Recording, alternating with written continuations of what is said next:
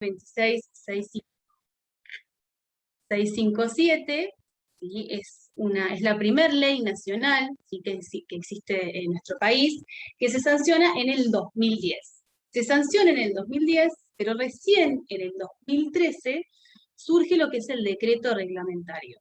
¿Sí? Hacemos esta diferencia porque son dos instrumentos distintos. Por un lado tenemos el instrumento normativo, que es la ley, que es lo que se sanciona en el 2010, y por el otro tenemos al decreto reglamentario, que es un decreto que siempre complementa, ¿sí?, a el recurso del instrumento de la ley. ¿Qué significa? Que sí, todo lo que está dispuesto en la ley, ¿sí?, los artículos, los principios, después el cómo se va a llevar adelante, cómo se va a operativizar en la realidad, ¿sí?, es lo que está y lo que vamos a encontrar en el decreto reglamentario.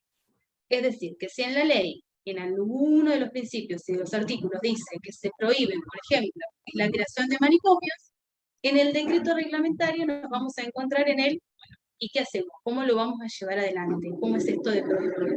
¿Sí? Es instrumentalizar eso que la ley dispone.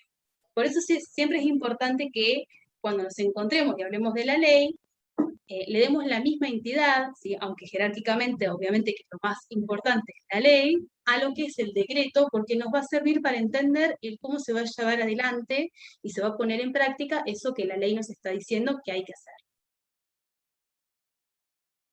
Avanzamos. Hoy. No tanto. Bien, ¿desde dónde partimos? ¿Sí? Cuando hablamos de leyes, es importante que empecemos como a pensar, ¿sí?, que las leyes no es que surgen de un poder, ¿sí?, del poder legislativo o de la Cámara de Diputados, de senadores, sino que es a la inversa, ¿sí? Las leyes, como todas las leyes, ¿sí?, surgen a partir de una necesidad en un contexto sociohistórico determinado, ¿sí? Y por eso es que se sancionan en 2010. Es decir, que en ese contexto, ¿sí?, hay una necesidad social y movimientos sociales que hicieron y que estaban visibilizando la necesidad de empezar a legislar algo distinto al paradigma que ya estaba, ¿sí? Y volvemos de nuevo a lo que construimos recién. ¿Qué era lo que primaba en ese entonces? Este paradigma manicomial, ¿sí?, este preconcepto en relación al sujeto y al paciente, ¿sí?, como un objeto pausible, un objeto en donde había que institucionalizarlo, había que aislarlo. Eso era lo que primaba como paradigma en aquel entonces, ¿sí? Pero en paralelo, ¿sí?, había un movimiento social que decía, ¿sí?, y que marcaba la necesidad de empezar a reestructurar otra manera de abordaje en lo que es la salud mental. Por eso, ¿sí?, tanto a nivel nacional, ¿sí?, más allá de que la ley se crea en el 2010, como internacionalmente, ya estaban estos movimientos y estas necesidades y estos otros instrumentos, ¿sí?, que nos estaban diciendo y nos estaban marcando estas diferencias que eran necesarias empezar a instaurar. Acá en nuestro país, por ejemplo, algunas provincias ya contaban con algunas legislaciones que eran jurisdiccionales, sí, que eran propias de cada provincia, pero que ya se esbozaba esta necesidad de empezar a pensar al padecimiento mental desde otro lugar, ¿sí?, al abordaje desde un lugar distinto. Y lo mismo, estos instrumentos internacionales, que vemos que se dieron de manera contemporánea, algunos años anteriores a lo que es la sanción de la ley, ustedes ya vieron la Declaración de Caracas, pero los tres instrumentos, ¿sí?, tanto el de la ONU, de los Principios de Naciones Unidas, la Declaración de Caracas y los Principios de Brasilia, los tres nos visibilizan, ¿sí?, esta necesidad de reestructurar de una manera distinta lo que es el abordaje en salud mental y ponderar sobre todas las cosas lo que es la atención primaria en la comunidad. Estos tres instrumentos internacionales son los tres antecedentes que va a tener nuestra propia ley, es decir, que son los instrumentos con los cuales se va a basar todo lo que después se va a desglosar en nuestra ley nacional. Nombramos estos tres puntualmente porque son los que aparecen en un artículo de la ley, pero sin duda que hay otros, y si buscan antecedentes a nivel de tratados internacionales o legislativos van a aparecer. A mí se me ocurría, mientras pensaba en esta clase, por ejemplo, la Convención de los Derechos de las Personas con Discapacidad, que es del año 2006, o sea que es previa a la ley, y que trata muchas de estas cosas que después se comentan acá. Bueno, Así brevemente, ya les dijimos que esto lo van a tener, pero para entender, no sé si tienen cercanía con esta ley o con otras, les dejamos acá esquematizados cómo está organizada. La ley está organizada en capítulos, en este caso son 12, cada capítulo tiene una determinada cantidad de artículos, y cada capítulo trata temas distintos, ¿no? Ahí los van a ver especificados. Nosotras nos vamos a enfocar en algunos, no en todos, porque la ley es grande. Si tienen alguna pregunta o algo que hayan leído y quieran consultar y no lo nombramos, adelante. Pero vamos a enfocarnos en algunos como para transmitir los aspectos centrales de lo que propone esta ley. Entonces, la primera pregunta que nos hacemos y que se hace la ley es: ¿para qué una ley nacional en salud mental? El capítulo el primer capítulo, en el artículo 1, dice que el objeto de esta ley es asegurar el derecho a la protección de la salud mental de todas las personas y el pleno goce de los derechos humanos de las personas con padecimiento mental que se encuentran en el territorio nacional. Esto es muy importante porque, digamos, ya desde el principio de la ley transmite lo que va a ser su espíritu, ¿no? Que es esto de si vamos a ir en contra del paradigma o el enfoque manicomial hacia un enfoque de derechos, donde las personas sean tratadas como sujetos de derechos con, digamos, promoviendo la protección de esos derechos y el pleno goce de los derechos humanos que tienen todas las personas. Los tratados que recién mencionamos para la ley se consideran instrumentos de orientación para la planificación de políticas públicas. Esto también está bueno pensarlo, porque la ley se aplica en políticas públicas, digamos, la vamos a ver en nuestra práctica diaria a través de políticas públicas, y está interesante frenar ahí porque también es lo que ustedes vienen trabajando en relación a este trabajo que van a tener que entregar en unas semanas. Bien.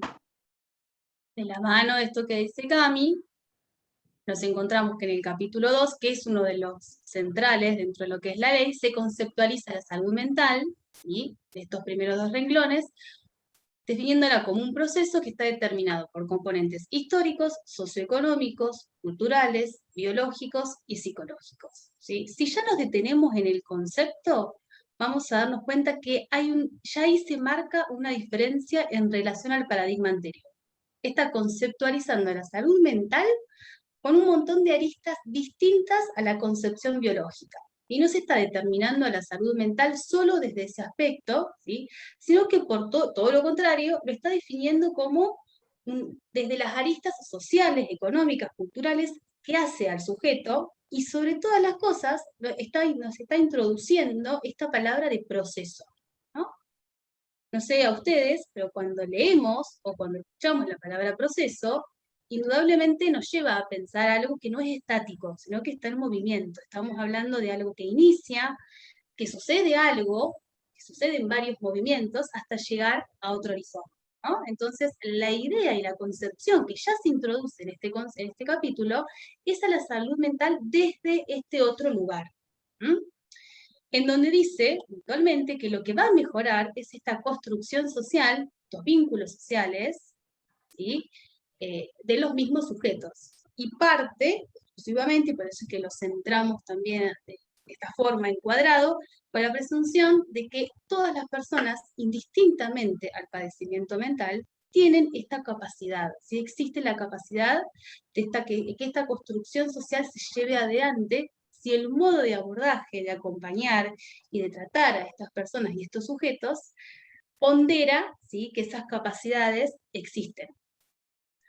Otra de los artículos a los que hace mención este capítulo es a las adicciones, ¿sí?, introduciéndolas dentro de lo que es la salud mental. Es decir, que a partir de lo que es la sanción de esta ley se incluye al abordaje de las adicciones, ¿sí? Y cuando hablo de abordaje nos referimos a desde la concepción, o sea, se entiende la adicción como parte de lo que es la salud mental, y a su vez también a lo que es la aplicación de las políticas públicas orientadas a las adicciones dentro de lo que es la salud mental.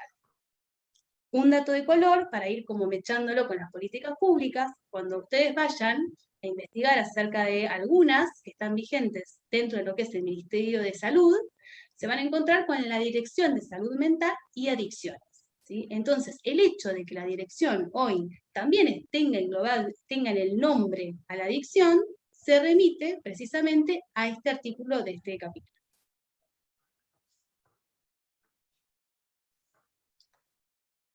Recién hablamos que la concepción de la salud mental es vista como un proceso, ¿sí? Como un proceso en donde donde se tiene en cuenta el sujeto desde el ámbito social, un sujeto que está inmerso en una cultura, que es parte de un momento sociohistórico determinado, y en tanto eso se tiene en cuenta, ¿sí? Por eso es que después, en el capítulo que sigue, se enumera, ¿sí?, todos esos derechos, ¿sí?, los cuales hay que tener en cuenta o se tiene en cuenta en la ley al sujeto con padecimiento mental. Entonces, ustedes van a darse cuenta en este capítulo 4 que se enumera cada uno de estos derechos y otros, ¿sí? Nosotras hicimos mención a algunos, pero sí es importante entender que estos derechos son derechos sociales, económicos, culturales, que se desprenden de esta concepción en relación a la salud mental que se describió en el artículo y en el capítulo anterior.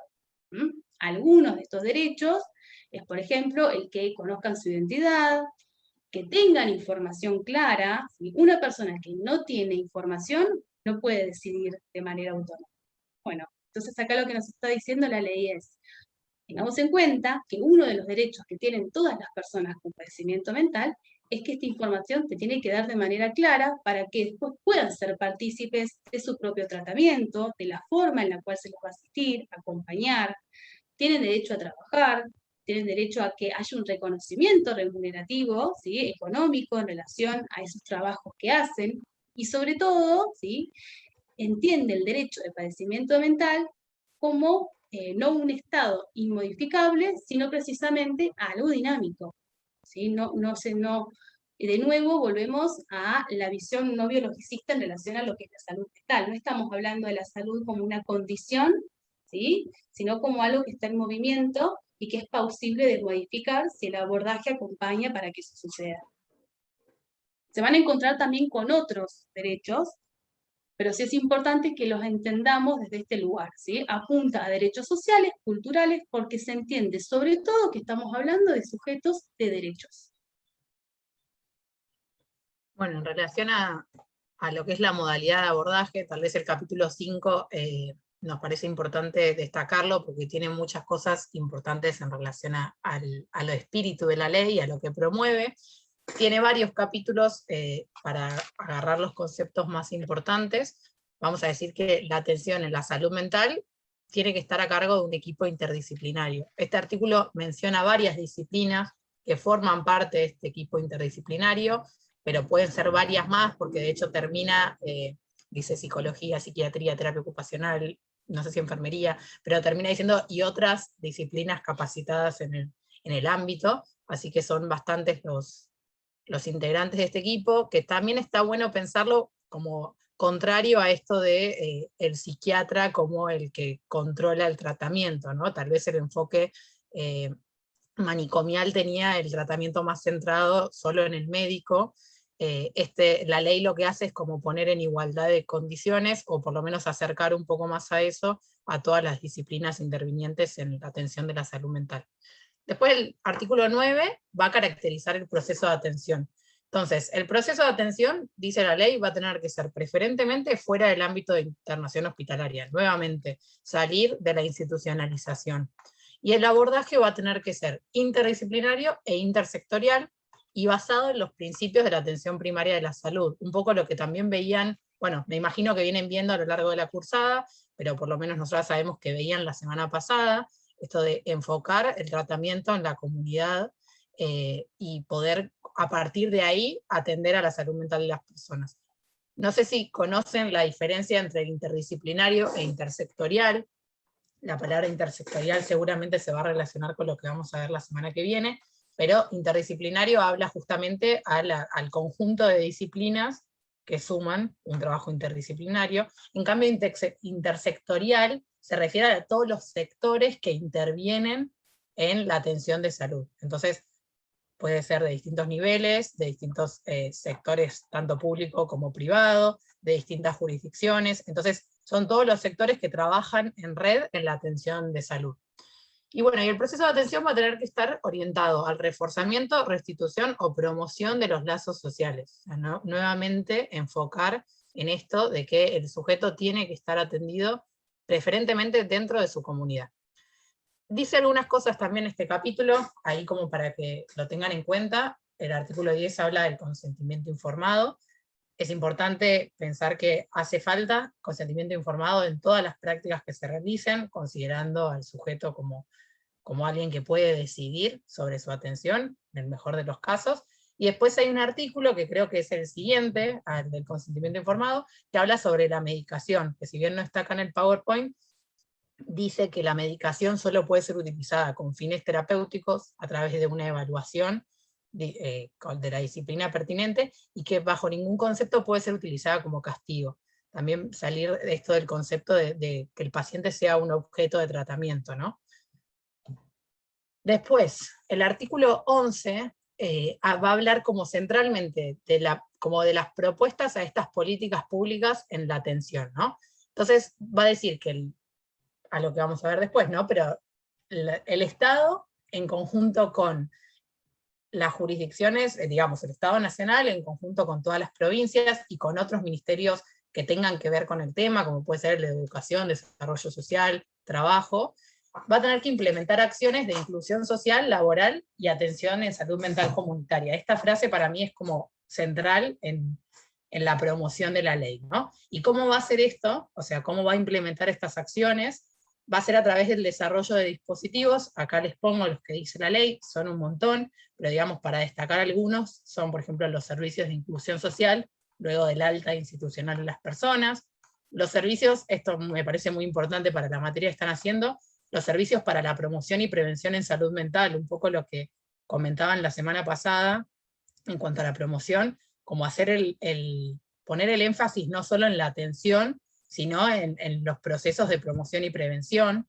Después, la creación de dispositivos como casas de convivencia, hospitales de día, cooperativas de trabajo, emprendimientos sociolaborales, hogares, digamos, todos dispositivos que alienten a la atención en la comunidad, respetando los vínculos sociales y sobre todo a la inclusión, ¿no? Que el tratamiento no sea exclusivo del hospital. Después, sobre las internaciones, nos preguntamos qué pasa con las internaciones en esta ley. Me parece que es un capítulo muy largo y tiene mucha información. Nos vamos a detener en las características porque van a ver que dice un montón de plazos legales en cuanto a lo que hay que informarle al juez, cada cuánto tiempo. Pero nos parece importante remarcar estas características porque es una de las diferencias centrales entre lo que propondría un enfoque manicomial a un enfoque centrado en la comunidad o un enfoque de derecho, ¿no? Entonces, sobre lo que es la internación, la ley va a decir que es un recurso terapéutico, o sea, puede ser utilizado, es un recurso terapéutico pero de carácter restrictivo. Entonces, solo puede llevarse a cabo cuando aporte mayores beneficios que el resto de las intervenciones que se puedan realizar en el entorno familiar, comunitario o social. O sea, primero se tiene que intentar otro tipo de intervenciones, y si no se puede, o no aporta mayores beneficios por la situación de la persona, se puede utilizar este recurso. Debe promover, aun cuando se realiza, digamos, aun cuando la internación se lleva a cabo, se debe promover en los casos que sea posible el mantenimiento de los vínculos y la comunicación con el entorno, y esto es importante, debe ser lo más breve posible, en función de criterios terapéuticos interdisciplinarios, ¿no? O sea, marco esta frase porque lo van a ver a lo largo de todos los artículos, pero es importante el tema de la evaluación interdisciplinaria y como la importancia del equipo de salud en tomar esta medida como terapéutica y no como un castigo o como una orden judicial, por ejemplo, como sucedía en algún otro momento donde el juez podía ordenar internaciones. En este caso se remarca todo el tiempo que tiene que haber una evaluación periódica de los equipos de salud. Entonces, siguiendo con este artículo, que no me acuerdo cuál era, ahí les digo, el 15, el 14 y el 15 es como los que describen las mayores características de la internación. Siguiendo con este artículo, el artículo remarca que en ningún caso la internación puede ser indicada o prolongada para resolver problemáticas sociales o de vivienda. Esto es un poco lo que decía Claudia cuando yo ingresé al Zoom, me parece. Me parece re importante esta parte porque, bueno, también nos confronta con esto de cómo a veces las leyes establecen ciertas cosas y después, en la práctica cotidiana, nos podemos encontrar con ciertos obstáculos, ¿no?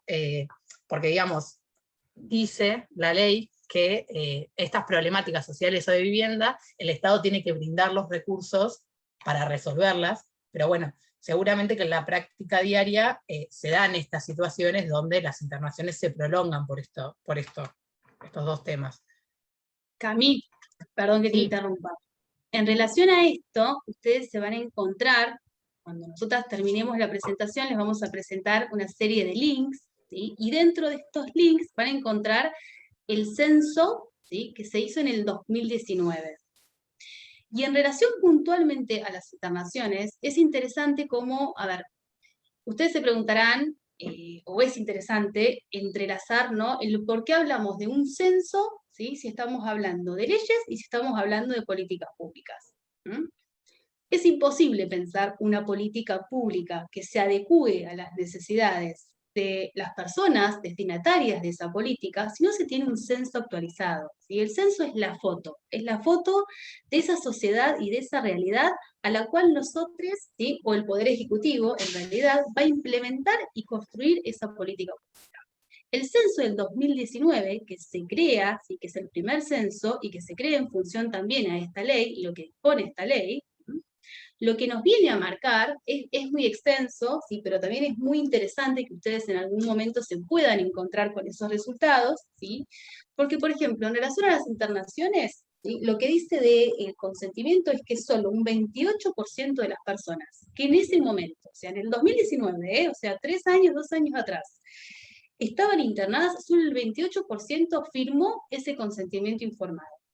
Y el 60% no lo firmó, ¿sí?, o ni siquiera sabía de la existencia de ese instrumento como antecesor a que lo o la internen.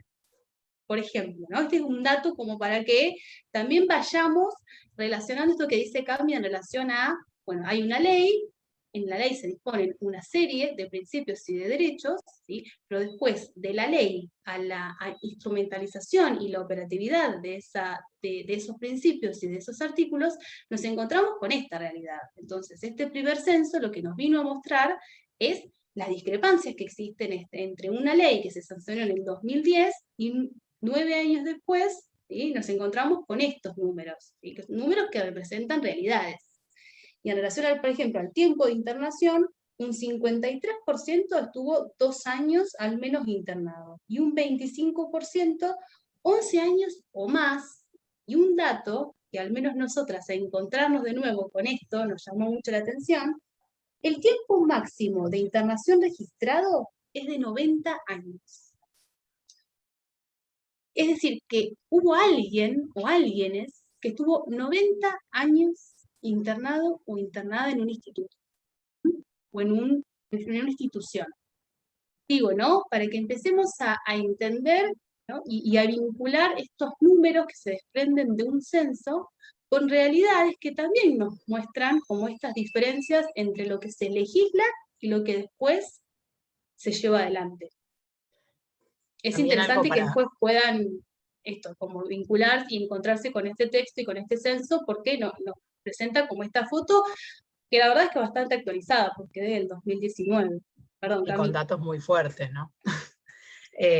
No, que algo que pensaba también a lo que nos compete de la ley, es que a lo que yo pensaba es, por ejemplo, esto del porcentaje de personas que viven hace 11 años en un hospital monovalente, pensar que la ley es del 2010 y el censo es del 2019, lo que significa que prácticamente durante todo el tiempo que la ley estuvo vigente, hubo personas que siguieron viviendo en hospitales monovalentes. Entonces me parece que está perfecto tener una ley que promueva esto, pero sin duda que los movimientos sociales, si bien ya existían, no se dan de un día para el otro, y uno ve en la práctica cotidiana cómo esta puja por la desmanicomialización sigue todavía muy vigente en algunos sectores de la sociedad. Yo le contaba a Belén hace unas semanas, no sé, hace unos días, que yo fui usuaria de este censo, digamos, a mí me tocó estar trabajando en un servicio de internación en el momento en el cual se realizó el censo y vinieron personas a realizarnos las entrevistas, como para poder saber un poquito más de los pacientes que estaban internados. Yo ya bueno, Gonzalo les contó también que yo trabajo en un hospital infanto-juvenil, un hospital monovalente, lo que sería un manicomio.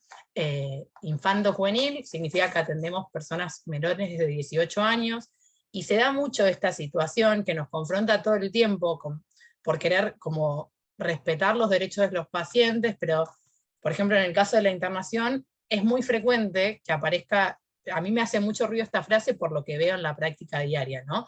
De que muchas veces nos encontramos con estas problemáticas que ante la falta de recursos no se pueden resolver rápidamente. Sin duda que el censo habla sobre pacientes mayores de edad en su mayoría, pero incluye también a los menores de edad, y muchas veces, por ejemplo, pacientes que no tienen vínculos familiares, entonces necesitan o se les solicita una vacante en un hogar, tal vez pasan más tiempo del que tendrían que estar internados, pasan meses, por decir, en los casos extremos, tal vez pasan 9 meses, cuando a los 2 meses de la internación ya los criterios de internación habían desaparecido, digamos, ¿no?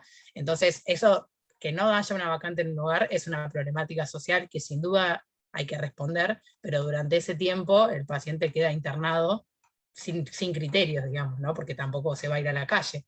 Pero como para seguir pensando qué situaciones se dan en la práctica diaria y cómo hacemos para resolver esto y apegarnos lo más posible a defender los derechos de las personas con padecimiento mental.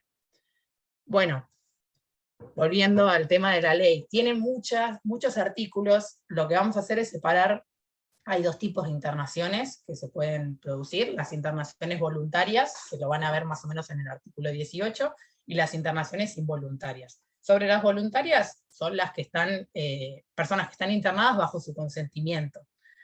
Tienen que cumplir igual con un montón de requisitos legales, entre ellos la firma de consentimiento, la evaluación por un equipo interdisciplinario, la firma de la internación por 2 profesionales, de los cuales uno sea psicólogo o psiquiatra. Y después las internaciones involuntarias son, para la ley, un recurso terapéutico excepcional. O sea, se pueden producir siempre y cuando no sea posible otro abordaje de manera ambulatoria.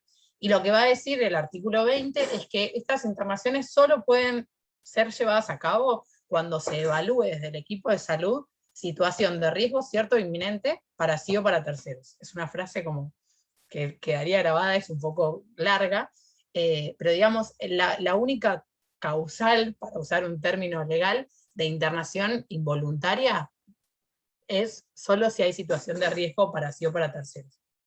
Las internaciones voluntarias tienen muchos requisitos a cumplir a nivel jurídico, porque se está en comunicación con el juez todo el tiempo, con un organismo que es el encargado de defender también que estas internaciones sean llevadas de un modo legal, digamos, ¿no? Que no se violen los derechos de los pacientes.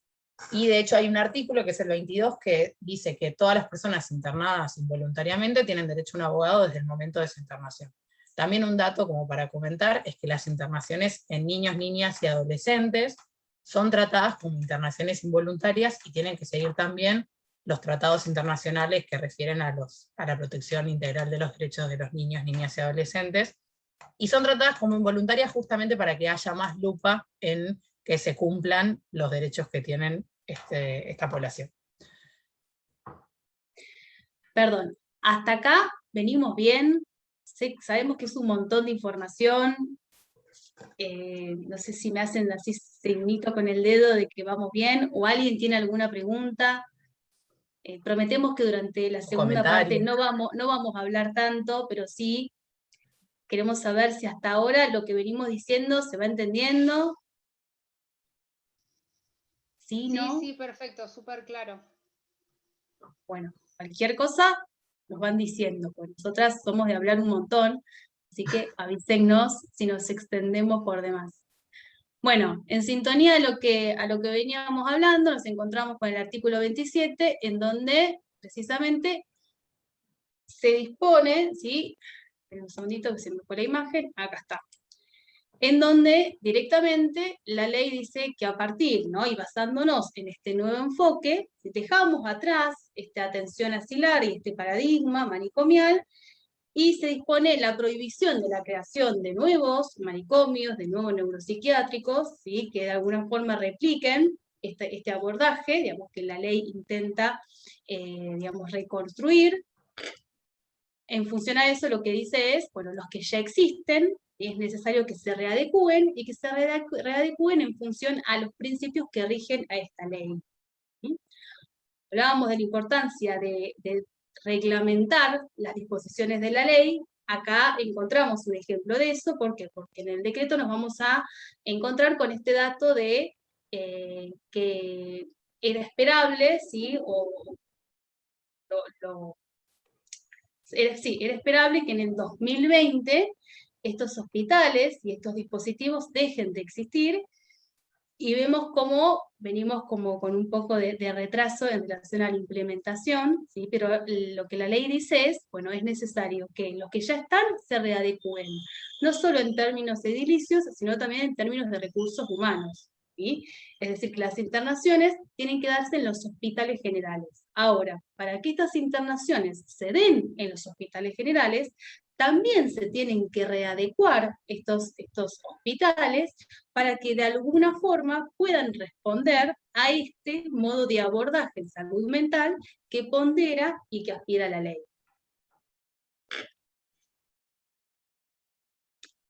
Bien, y nos encontramos con el final de esta ley, con estos dos artículos, con estos dos capítulos, en donde volvemos, ¿sí?, a hablar acerca de la autoridad de aplicación. En este caso es el actual Ministerio de Salud. ¿Sí? Cuando hablamos de autoridad de aplicación nos referimos al organismo dentro del Poder Ejecutivo, ¿sí?, que tiene en su facultad, ¿sí?, la obligación de poner en práctica esto que el Poder Legislativo, ¿sí?, constituyó como ley. En este caso es el Ministerio de Salud, y dentro de lo que es el Ministerio de Salud está la Dirección de Salud Mental y Adicciones, que ustedes se van a encontrar que también están enumeradas todas las funciones que tienen a su cargo. Entre estas funciones está el elaborar el plan nacional, el censo nacional, hacer estos planes de prevención, de inserción sociolaboral, recomendaciones a las universidades públicas y privadas, ¿sí? A esto le corresponde al organismo o al área, que en este caso actualmente es la dirección, que dispone el Ministerio de Salud. Pero por el otro lado tenemos a la creación del órgano de revisión, que va a estar dentro de lo que es el Ministerio Público de la Defensa. Es decir, el Ministerio Público de la Defensa no forma parte del Poder Ejecutivo, sino que es un organismo autárquico y con autonomía funcional. Dentro de este ministerio, ¿sí?, se va a constituir el órgano de revisión, que entre sus funciones, y la más importante, ¿sí?, está en hacer valer y hacer cumplir precisamente que el organismo, ¿sí?, de aplicación, que en este caso es el Ministerio de Salud, efectivamente lleve adelante lo que dispone la ley. Es como el Foucault y el vigilar y castigar de la ley en salud mental. ¿Sí? Esto es quien regula y quien controla efectivamente que estos derechos se cumplan. ¿Sí? La función primaria y más macro de lo que es el Ministerio Público de la Defensa es hacer valer y garantizar los derechos humanos de todos y de todas, indistintamente a lo que es el ámbito de salud, ¿sí? Pero dentro de lo que es el Ministerio Público, ahí sí se desprende la creación de este órgano de revisión. Y respecto a esto, Belú, agrego, yo me quedé pensando en dos artículos que no pusimos o no explícitamente en la presentación, pero que tienen que ver con estos dos capítulos. Uno es que, así como el órgano de revisión tiene que controlar el cumplimiento de la ley en todos los ámbitos, hay un artículo que dice que los profesionales de la salud, intervinientes, tienen el deber, o bueno, también el derecho, pero el deber de informar al órgano de revisión cuando noten sospecha de alguna irregularidad, o de que se esté violando algún derecho humano, o no se esté autovaliendo a la persona como corresponde. Entonces también como para pensar que a nosotros como profesionales nos compete el deber de informar esto, más allá de lo que haga o no una institución, ¿no? Siempre y cuando notemos o sospechemos una irregularidad. Y después pensaba dos cosas en relación a lo que es la autoridad de la aplicación, que habla de esto de recomendaciones a las universidades públicas y privadas. La ley establece que hay que formar profesionales de estas disciplinas en consonancia con lo que dice la ley. Por eso también la importancia de que podamos estar viendo ahora en la universidad lo que dice esta ley que nos rige a nivel nacional y que hasta hace 10, 11 años atrás no teníamos este elemento legislativo, ¿no? Y esto que vos mencionabas en relación al censo, y cómo es la foto y cómo nos permite también actuar, pensaba algo que dice Martín de Lelis en uno de los textos que tienen para esta clase, que es respecto a la importancia de realizar investigaciones epidemiológicas, ¿no? Como de poder tener datos para poder actuar. Como que no es suficiente con la práctica diaria, sino que uno tiene que basarse en algo fehaciente, digamos, ¿no? Para poder llevar a cabo la práctica, porque si no se da mucho esta diferencia entre lo que hacemos como profesionales o la formación que tenemos como profesionales y la necesidad que está teniendo la comunidad. Perdón, Bueno. y en el marco, perdón, Cami, y en relación a esto que decís, cuando nosotras hacíamos referencia a hospitales generales que puedan, ¿no?, llevar adelante este nuevo abordaje en relación a lo que es la salud mental, ¿sí?, y el abordaje ponderando lo que es la atención comunitaria y primaria en salud mental, ahí vemos también lo necesario de que haya presupuestos acordes que permitan que eso efectivamente se lleve adelante, ¿sí? Y de nuevo, ahí la importancia del Poder Ejecutivo y del AMBI, del órgano de aplicación del Ministerio también de Salud, de poder asignar ese presupuesto para que estas políticas y que esto que dice la ley pueda llevar y que se pueda realizar después en las políticas públicas que se creen para. No Eso quiero actuar de quería enciclopedia agregar. de la ley, pero hay un artículo también que dice que se tiene que destinar hasta por lo menos el 10% del presupuesto total de salud en salud mental, tanto a nivel nacional como jurisdiccional. Y eso, la verdad es que ahora no me acuerdo bien como en qué periodo dice de tiempo, pero digamos que ya tendría que haber sucedido, no sé si dice de acá a 3 años o de acá a unos meses, y eso, yo hace poco tuve una clase con un abogado que nos decía que actualmente no se cumple, no se ha cumplido como con varios gobiernos de distintas banderas políticas y en distintas jurisdicciones, digamos, es necesario aplicar los recursos, digamos, ¿no? Tener presupuesto para poder tener recursos. Pues entonces, la ley dice que por lo menos el 10% del presupuesto total de salud debería ser para salud mental. Bueno, A mí no se sé si va a alguien tiene cortar, ganas. se va a cortar, creo, ¿ya? un ratito, así que sí, menos de un minuto, Bueno, dice. digo rápido esto a ver si llego, y en todo caso Dale. comentamos cuando termine. Como este es un resumen que les dejamos, ¿no? La Ley Nacional de Salud Mental va a promover los derechos humanos, la atención en comunidad y la inclusión social de todas las personas. Me parece que esta frase como resume importante lo que tiene que decir la ley, digamos. Entonces, en palabras del autor del texto que ya mencioné,